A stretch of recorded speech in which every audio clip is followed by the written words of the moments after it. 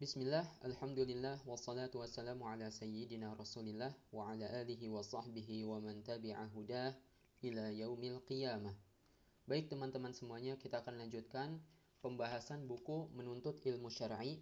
Kita sudah sampai pada halaman 26. Di sini kita akan membahas tentang tujuan menuntut ilmu. Di sini dituliskan menentukan tujuan menuntut ilmu. Kita akan bacakan terlebih dahulu. Salah satu hal yang harus dipersiapkan oleh seorang penuntut ilmu dari awal perjalanan menuntut ilmunya adalah menentukan tujuan dari menuntut ilmu. Tujuan pokok menuntut ilmu tentu menghilangkan kebodohan dari diri sendiri, kemudian beramal dengan ilmu tersebut. Tapi ada tujuan lain yang harus dimiliki seorang penuntut ilmu.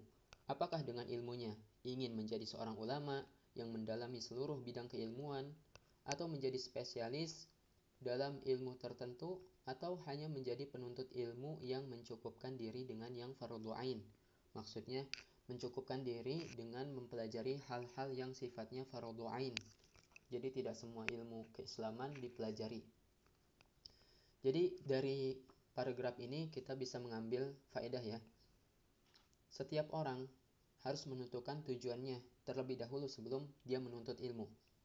Selain untuk mengangkat kebodohan dari dirinya, kemudian beramal dengan ilmu yang telah dipelajarinya, ada tujuan-tujuan lain di samping hal tersebut yang hendaknya ditentukan sebelum dia menuntut ilmu. Misalkan jika ingin menjadi seorang mubaligh atau da'i yang keilmuannya tidak lebih tinggi daripada seorang ulama, maka tentu yang dipelajari berbeda dengan apa yang dipelajari seorang ulama. Dan ulama pun berbeda. Ada yang dia spesialis di bidang ilmu tertentu, ada juga dia yang ensiklopedis atau mutafannin. Dia ingin menguasai banyak bidang keilmuan, akan tetapi tidak mendalami semuanya. Dan berbagai macam. Sehingga kita harus menentukan terlebih dahulu kita ingin menjadi seperti apa, seperti itu. Karena nanti kurikulum, kitab, dan pelajaran yang akan kita pelajari tentu berbeda. Begitu juga dengan yang mencukupkan diri dengan yang fardhu ain, ilmu-ilmu fardhu ain yang sebatas wajib untuk setiap umat Islam untuk mempelajarinya. Dan ketika beramal ya dia beramal dengan apa yang dia pelajari, kemudian berdakwah sekedar dengan apa yang telah dia ketahui, seperti itu saja. Jadi memang berbeda ya. Jadi tidak semua orang harus belajar 4 kitab di dalam ilmu nahwu misalkan. Mulai dari Jurumiyah, kemudian Syudzuruz Zahab, kemudian pindah ke Qatrun Nada, kemudian mempelajari Alfiyah Ibnu Malik. Kemudian misalkan di ilmu akidah harus mempelajari kitab Tauhid, Wasithiyah, kemudian Hamawiyah, lalu Tadmuriyah dan Al-Asbahaniyah. Jadi tidak seperti itu, tidak semuanya sama. Itu berbeda-beda sesuai dengan tujuan kita menuntut ilmu. Kemudian di paragraf berikutnya, semua hal tersebut harus kita persiapkan karena metode dari setiap tujuan akan berbeda. Seseorang yang menuntut ilmu hanya agar bisa berislam dengan baik, tentu berbeda dengan yang ingin menjadi ulama yang menguasai segala bidang keilmuan Islam. Tidak hanya itu, untuk jadi ulama pun harus menentukan apakah ingin menjadi spesialis pada bidang tertentu atau ingin menjadi seorang yang ensiklopedis, sehingga bisa menentukan metode, kitab, dan target yang sesuai dalam menuntut ilmu. Secara global, buku ini akan menjelaskan ilmu-ilmu syar'i secara umum. Jadi, tidak hanya terbatas pada tujuan tertentu, tapi secara umum bagaimana seseorang menuntut ilmu syar'i seperti itu. Sehingga tidak hanya terbatas pada ilmu-ilmu yang wajib dipelajari oleh kaum muslimin, tapi juga mencakup ilmu-ilmu yang hendaknya dipelajari penuntut ilmu pada tingkat lanjutan. Mulai dari akidah, dari ilmu akidah, sampai ilmu arud. Akan tetapi saya lupa mencantumkan di buku ini mengenai kitab-kitab di dalam ilmu arud. Insya Allah di cetakan berikutnya saya akan tambahkan ke dalam buku ini. Dari yang berbahasa Indonesia sampai yang berbahasa Arab. Jadi di sini saya tidak hanya mencantumkan kitab-kitab berbahasa Arab. Bagi mereka yang memang pemula, yang sangat pemula di dalam ilmu keislaman atau sangat tidak mengetahui sama sekali, belum pernah belajar agama sama sekali, ya saya di buku ini cantumkan beberapa buku yang bisa menjadi rujukan di dalam belajar agama Islam. Seperti itu. Mungkin jelas ya. Kita akan pindah ke pembahasan berikutnya di halaman 27, modal menuntut ilmu. Dalam menuntut ilmu, ada beberapa hal yang perlu kita miliki agar bisa sukses dalam mempelajari ilmu-ilmu syar'i. Hal-hal tersebut bisa kita katakan modal dalam menuntut ilmu. Di antaranya adalah biaya, waktu yang lama, sabar, kesungguhan, ambisi yang tinggi, dan juga guru yang membimbing. Ini adalah beberapa modal menuntut ilmu ya. Dan masih banyak lagi hal-hal yang dapat menunjang kesuksesan seseorang di dalam menuntut ilmu, tapi kita cukupkan dengan beberapa hal ini. Ada 1, 2, 3, 4, 5, ada 6. Ada 6 poin, 6 atau 5 poin sebagai modal menuntut ilmu. Yang pertama, biaya. Bagaimana juga menuntut ilmu memerlukan biaya yang cukup agar seseorang bisa sukses dalam menuntut ilmu. Dengan biaya yang dia miliki, dia dapat membeli kitab-kitab yang akan dipelajari, menjadi ongkos untuk pergi ke majelis ilmu, atau bahkan membeli paket internet untuk bisa menyimak kajian-kajian di internet, baik berupa rekaman atau live streaming. Jadi, biaya memang sangat diperlukan. Menuntut ilmu itu perlu biaya. Ya. Kadang sebagian dari kita ketika melihat ada kajian misalkan yang berbayar, kita nyinyir. Loh, kok kajian berbayar? Kok pengajian ini berbayar? Memangnya agama ini untuk dijual belikan? Kenapa kok berbayar? Seperti itu. Kadang kita ketika melihat ada kajian yang berbayar, kita nyinyir seperti itu. Akan tetapi ketika kita menemui ada kursus suatu ilmu yang dia bukan ilmu agama, yang derajatnya lebih rendah daripada ilmu agama, kita tidak nyinyir sama sekali. Misalkan ada yang buka les privat bahasa Inggris misalkan, sebulan misalkan 500.000 atau 1 juta. Kita tidak nyinyir. Di saat ada kajian yang mungkin sebulan atau lebih cuma bayar misalkan 50.000, kita nyinyir. Itu menjadi hal yang sangat menyedihkan ya. Itu menunjukkan bahwa kita lebih memprioritaskan ilmu duniawi daripada ilmu akhirat. Tidak hanya ilmu duniawi, ilmu akhirat pun kita perlu mengeluarkan biaya. Perlu hadir ke kajian, perlu ongkos, perlu untuk membeli kitab-kitab ilmu, dan sebagainya. Sehingga kita harus memahami bahwa ilmu itu tidak gratis. Banyak dari ulama kita yang dia pergi melakukan safar dengan jarak yang beribu-ribu kilometer, dan mereka menghabiskan banyak biaya di dalam melakukan perjalanan tersebut. Akan tetapi ilmu yang mungkin dipelajarinya atau yang mereka inginkan mungkin hanya 1-2 hadis, tidak lebih. Di saat kita yang bisa mengkhatamkan satu kitab secara sempurna, untuk mengeluarkan 100.000 saja kita tidak mau. Padahal kita melakukan perjalanan mungkin tidak sampai 1 hari. Ini sangat menyedihkan ya. Semoga kita termasuk orang yang bisa mengorbankan dirinya, terkhusus pada sisi harta untuk membela agama Islam. Salah satunya dengan menuntut ilmu syar'i. Amin. Kemudian di paragraf berikutnya di halaman 28, jika seandainya seorang penuntut ilmu bukanlah orang yang mampu untuk membeli kitab yang banyak atau mendatangi tempat yang jauh dari rumahnya untuk menuntut ilmu, maka dia bisa mensiasati hal tersebut. Misalnya, dia tidak membeli kitab-kitab yang tidak terlalu diperlukan, hanya membeli kitab yang memang dia pelajari bersama gurunya atau dia simak pelajarannya di YouTube. Contoh lain, mendownload rekaman pelajaran-pelajaran di internet hanya ketika menggunakan wifi atau yang semacamnya, hotspot mungkin ya, sehingga dengan hal tersebut dia bisa lebih hemat. Ketika kita mendapati kalau diri kita ternyata bukan orang yang mampu untuk mengeluarkan banyak biaya, maka kita bisa mensiasatinya. Misalkan, kita ini tidak mampu untuk membeli kitab dengan cetakan yang bagus. Ya sudah, kita cukupkan dengan kitab yang ada, dengan cetakan yang tidak terlalu bagus, asalkan kita punya. Atau mencetak PDF-nya. Atau tidak mencetak sama sekali, kita cukup dengan mendownload PDF, karena gratis. Ya itu tidak masalah. Tidak masalah. Seseorang itu supaya sukses dalam belajar ilmu syar'i, tidak perlu dia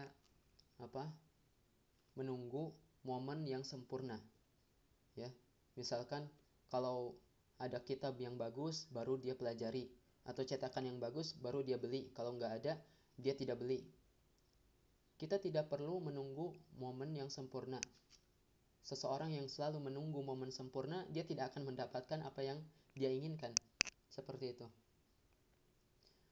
Kemudian juga misalkan kalau kita nggak bisa hadir ke kajian, tidak bisa duduk di majelis ilmu, atau mungkin tidak bisa mondok misalkan, ya nggak masalah.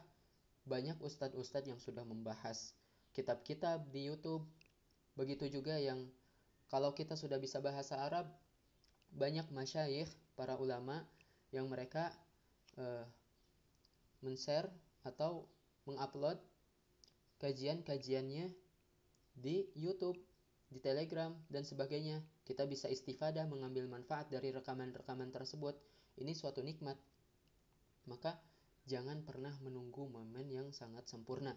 Kita tidak akan mendapatkan hal tersebut jika kita selalu menunggu waktu dan momen yang sempurna. Kemudian di paragraf berikutnya, jika penuntut ilmu masih hidup dalam tanggungan orang tuanya yang mampu menanggung biaya menuntut ilmu, maka hal tersebut sebisa mungkin dimanfaatkan dengan baik. Hal tersebut bisa jadi kesempatan yang sangat baik karena dia tidak harus memikirkan biaya menuntut ilmu dan hanya fokus menuntut ilmu.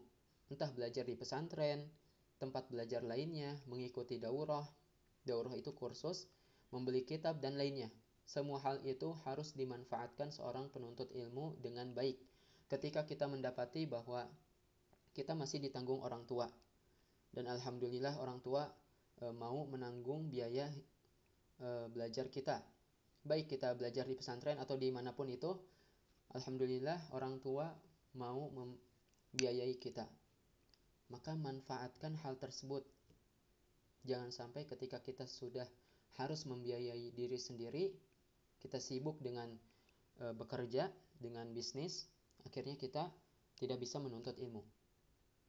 Di masa-masa kita belajar, misalkan di perkuliahan, usia-usia belasan atau 20-an tahun, ketika kita masih ditanggung biaya hidupnya oleh orang tua, maka maksimalkan belajar pada usia-usia tersebut.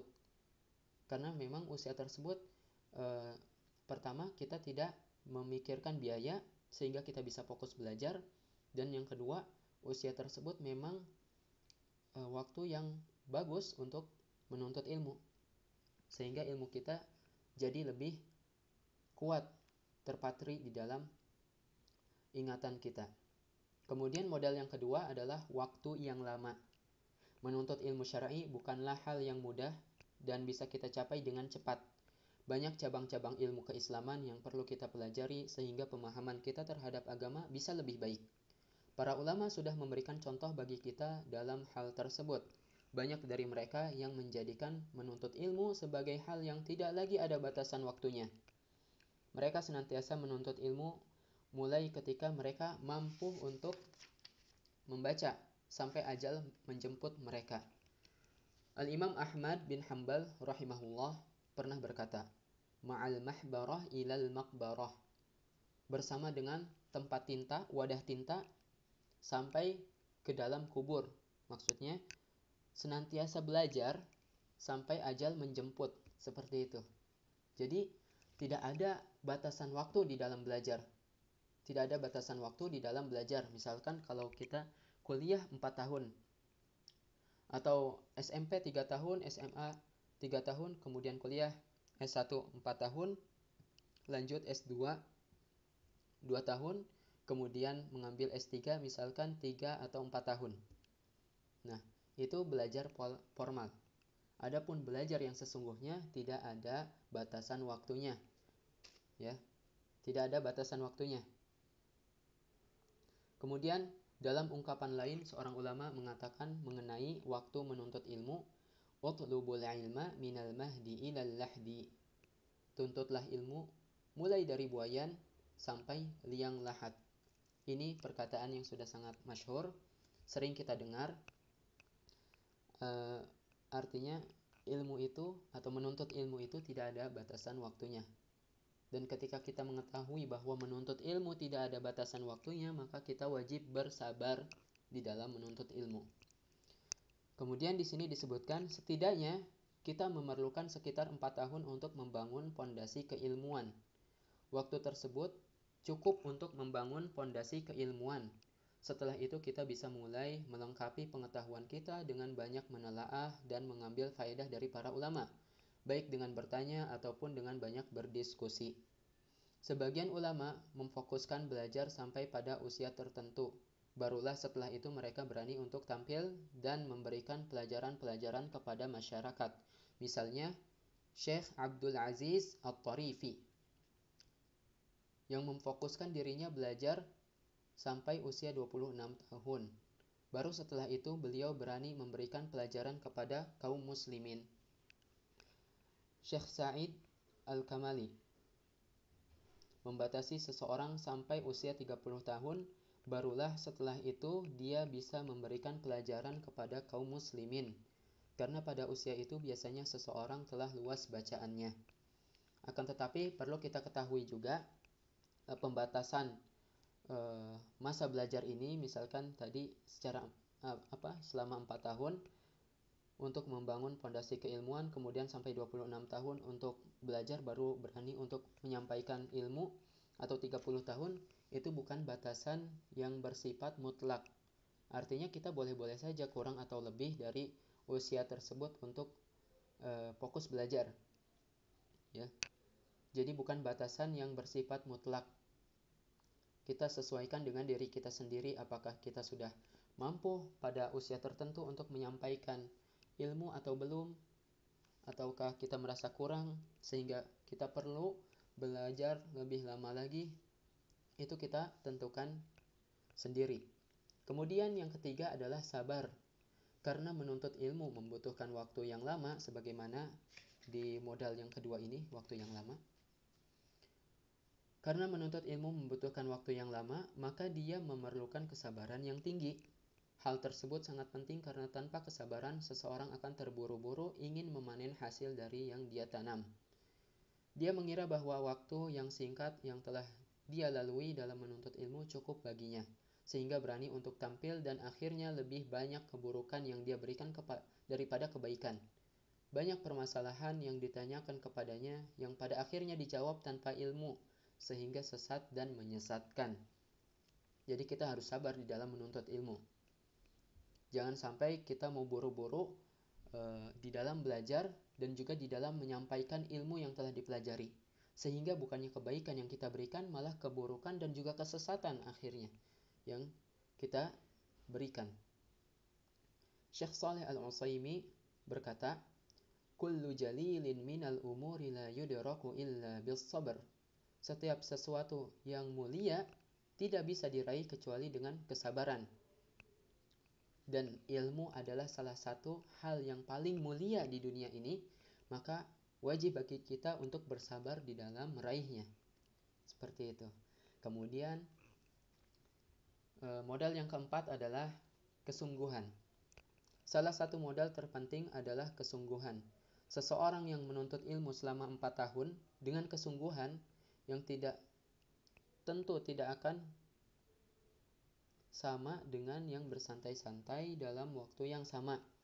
Misalkan ada mahasiswa yang dia belajar selama 4 tahun di perkuliahan dengan kesungguhan yang sangat dahsyat. Kemudian pada waktu yang bersamaan ada juga mahasiswa yang sama-sama belajar selama 4 tahun di perkuliahan, akan tetapi males-malesan. Tentu hasil yang didapat dari kedua orang ini berbeda. Seperti itu. Orang yang belajar selama 4 tahun, akan tetapi dengan kesungguhan, itu bagaikan dia belajar selama 8 tahun atau lebih dari orang yang belajar 4 tahun itu, tapi dia males-malesan. Jadi dia lebih mendapatkan banyak ilmu daripada yang belajar tanpa kesungguhan tadi. Hasil yang keduanya dapat akan berbeda jauh. Kemudian di halaman berikutnya, halaman 31, oleh karena itu, Imam Nawawi walaupun wafat di usia yang terbilang muda, sekitar 44 tahun, akan tetapi beliau telah memberikan sumbang asih yang sangat besar bagi Islam. Hal tersebut berkat kesungguhannya dalam menuntut ilmu dan juga menyebarkannya.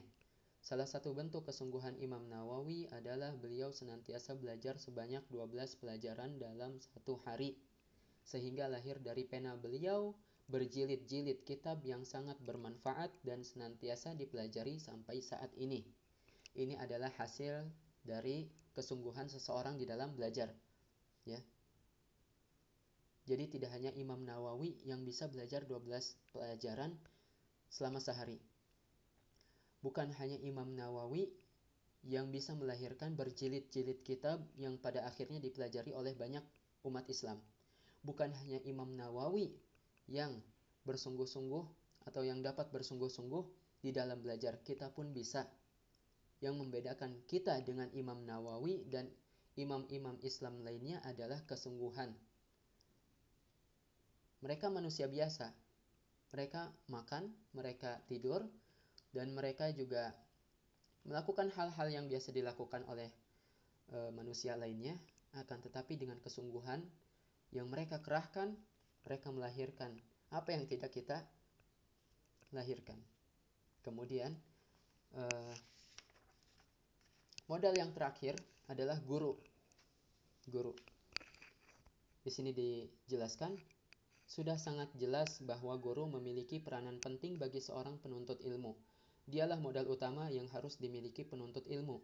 Seorang guru bagaikan lentera yang menerangi penuntut ilmu atau muridnya. Petunjuk bagi penuntut ilmu agar tidak salah dalam melangkah. Pemandu yang mengarahkan kemana seorang penuntut ilmu harus berjalan. Dalam hal ini penuntut ilmu jangan bermudah-mudahan dalam memilih guru. Karena salah dalam memilih guru akan berakibat fatal bagi penuntut ilmu.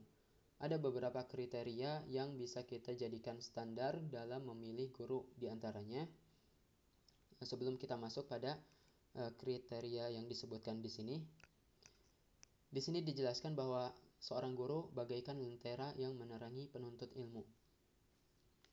Kenapa harus guru? Kenapa bukan buku atau kitab? Karena seseorang yang membaca kitab atau buku sendirian, bisa jadi dia memahami ibarah atau ungkapan di dalam kitab tersebut dengan pemahaman yang salah. Mungkin 180 derajat berbeda dengan apa yang diinginkan atau dimaksudkan oleh penulis kitab tersebut. Sehingga butuh guru yang dia dapat memberikan pemahaman kepada seorang penuntut ilmu. Atau misalkan kita berada pada suatu tempat yang dipenuhi dengan logam mulia atau permata. Jika kita tahu cara mengolahnya, maka kita akan mendapatkan keuntungan yang sangat besar. Dan cara mengolah permata atau logam mulia tersebut tidak mungkin kita dapatkan kecuali kita telah mempelajarinya. Dan dari guru tersebutlah kita mempelajari cara mengolah logam mulia tersebut dan juga permata itu. Jadi kita perlu guru. Buku itu nggak cukup. Seseorang malah bisa sesat ketika membaca. Kemudian di sini kita baca kriteria yang disebutkan. Yang pertama, mengetahui keadaan muridnya. Hal yang paling penting atau paling utama adalah ketika seorang guru mengetahui apa yang diperlukan muridnya, bagaimana keadaan muridnya, dan apa yang harus dilakukan muridnya. Dahulu, para ulama tidak memukul rata para muridnya. Mereka melihat kepada potensi setiap murid, kemudian memberikan setiap murid porsi berbeda yang mereka butuhkan. Misalnya murid A dibebankan untuk menghafal 1 lembar Al-Quran dalam sehari, karena gurunya memandang murid A tersebut memiliki kecerdasan, memiliki kekuatan hafalan. Sedangkan murid B hanya dibebankan menghafal setengah halaman dalam sehari, karena gurunya memandang hafalan murid B ini agak lemah. Jadi kita harus mengetahui atau mencari seorang guru yang dia dapat memahami keadaan kita sebagai muridnya.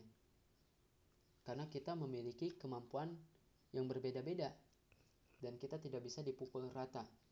Maka ini adalah satu kekurangan dari belajar formal, belajar di sekolah atau di kampus.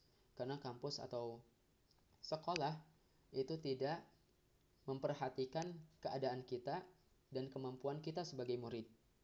Dan itu menjadi salah satu kekurangan dari belajar formal seperti itu. Kemudian poin atau kriteria yang kedua, mengajarkan dasar setiap ilmu. Hendaknya seorang guru memulai pengajaran dengan dasar dari setiap bidang keilmuan. Inilah kriteria seorang guru yang rabbani. Dalam suatu ungkapan dikatakan ar-rabbani allazi yurabbin nas bisigharil ilmi qabla kibarihi. Ulama rabbani adalah dia yang mulai mendidik manusia dari ilmu yang dasar sebelum ilmu yang besar, maksudnya rinci dan juga luas. Kemudian kriteria yang ketiga, perkataannya sesuai dengan perbuatannya. Seorang guru yang perkataannya tidak selaras dengan apa yang dilakukannya akan sulit untuk menjadi contoh bagi muridnya. Oleh karena itu, kenapa para sahabat radhiyallahu anhum menjadi generasi terbaik? Karena mereka memiliki guru dan pendidik yang perkataannya selaras dengan apa yang diperbuat, yaitu Nabi Muhammad sallallahu alaihi wasallam.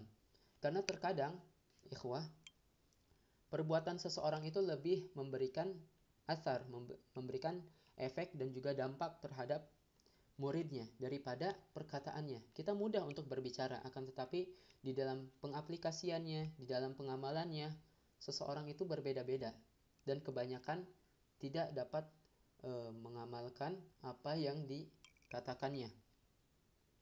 Ada suatu ungkapan,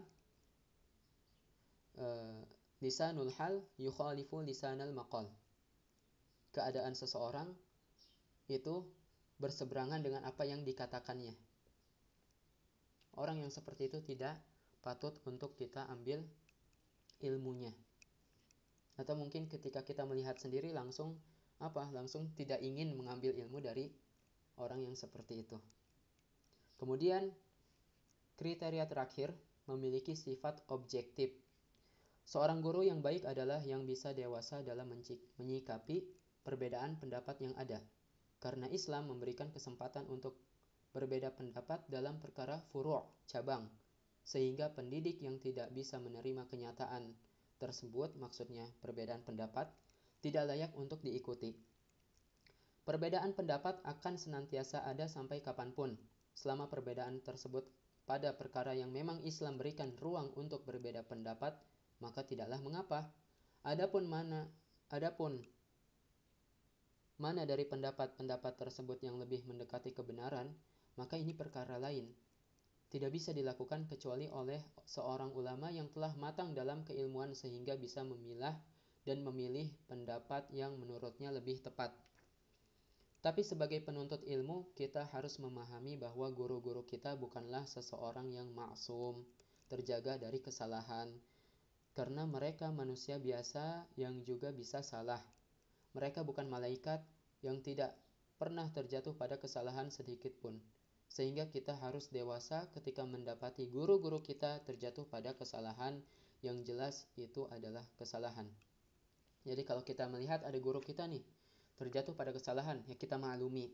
Atau kita mungkin bisa nasihati kalau kita berani, ya, kalau kita ingin, kita nasihati guru tersebut, tentu secara diam-diam, maksudnya tidak di hadapan muridnya yang lain. Kita nasihati, namanya juga orang, ustadz itu orang, ya bisa terjatuh kepada kesalahan. Mungkin ketika kita nasihati, beliau mau rujuk dari kesalahannya tersebut dan juga tidak lagi-lagi mengulang kesalahannya dan sebagainya. Jadi kita harus bisa senantiasa memaklumi. Jadi ada beberapa kriteria yang sudah disebutkan tadi. Pertama, mengetahui keadaan muridnya atau memperhatikan keadaan muridnya. Kemudian mengajarkan dasar setiap ilmu. Kemudian yang ketiga, perkataannya sesuai dengan perbuatannya.